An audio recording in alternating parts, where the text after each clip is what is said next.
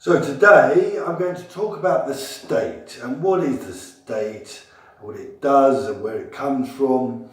Okay, let's start with where it comes from. So the state is created by the Constitution. The Constitution describes in different parts how the state operates and what it is and how it works.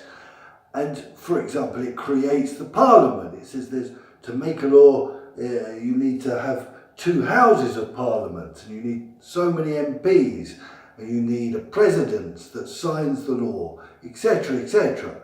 But it also creates the public health service. It says, there must be a public health service that cures everybody, or the public school system, or the tax system. The fact that, the taxation must be progressive means you need a tax system, and you need a tax system to pay for the public schools, and etc., etc. So everything really is initiated by the Constitution. When they wrote the Constitution, they were creating the Italian state. They were bringing it to life. They wrote about it, and then we had to make it.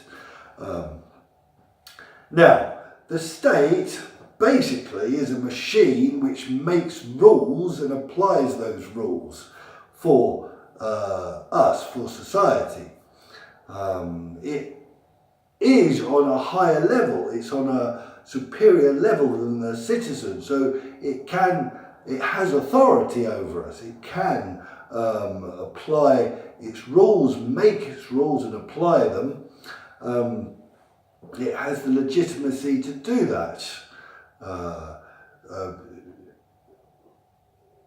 It can even use force to make those rules applicable. That's legitimate too. In fact, we say it's got the monopoly of force, which means only the state can use force. If the police want to stop something or need to take somebody to the police station, they can use force. But we as citizens, we can't. So if we go on a protest, that's okay. But if we use violence to really force our will, that's illegitimate. That's not legitimate, because the state has the monopoly of force.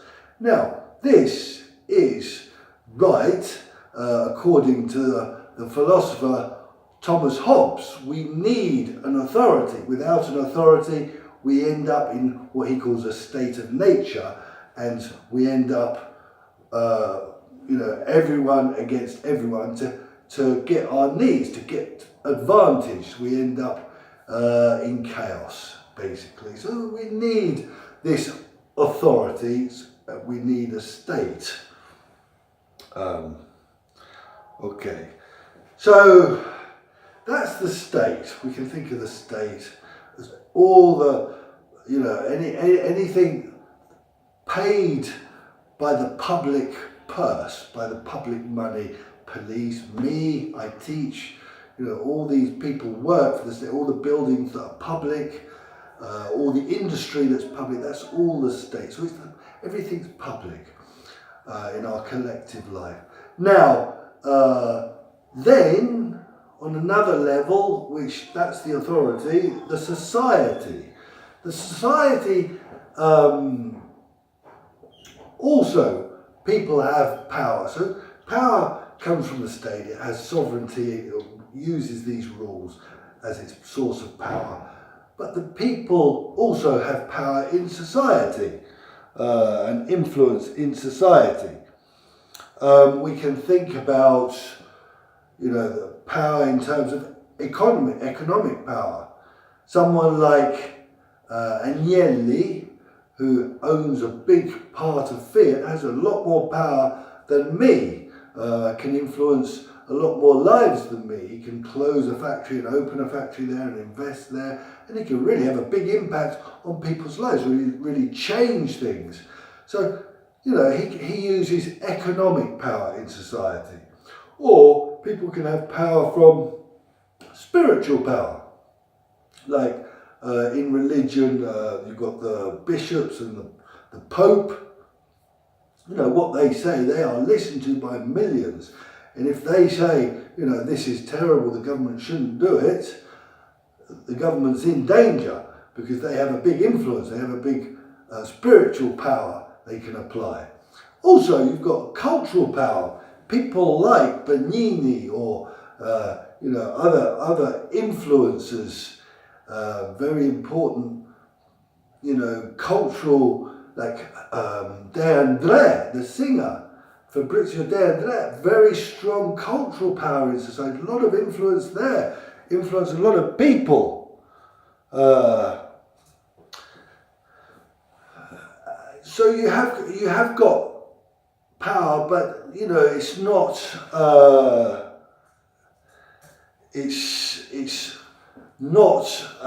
power which is organised and democratic. It's a bit chaotic. In between society and the state, you've got the political power. So the politics are private organisations which use the state to apply their philosophy, to create a reality which suits their philosophy, which represents their philosophy. And they get their power from society, so they must convince us, they must be popular and persuade us, convince us that what their philosophy is right for us. And then they can use the state. So this is democracy, isn't it? They can use the state to create that reality and change the rules and have a real power in our lives through the state. It's very important they're private organisations. They can't be part of the state because the state is a permanent entity, and if the political parties weren't private, they were public, obviously we would be a dictatorship because then they would be able to do what they liked regardless of what we want. So it's very important they're in between, they're private, and they can only use the state if they convince us that their philosophy is correct for us. So the state consists of three aspects. You've got the territory, so there must be a territory on which to have authority. Then you've got people. You need a people.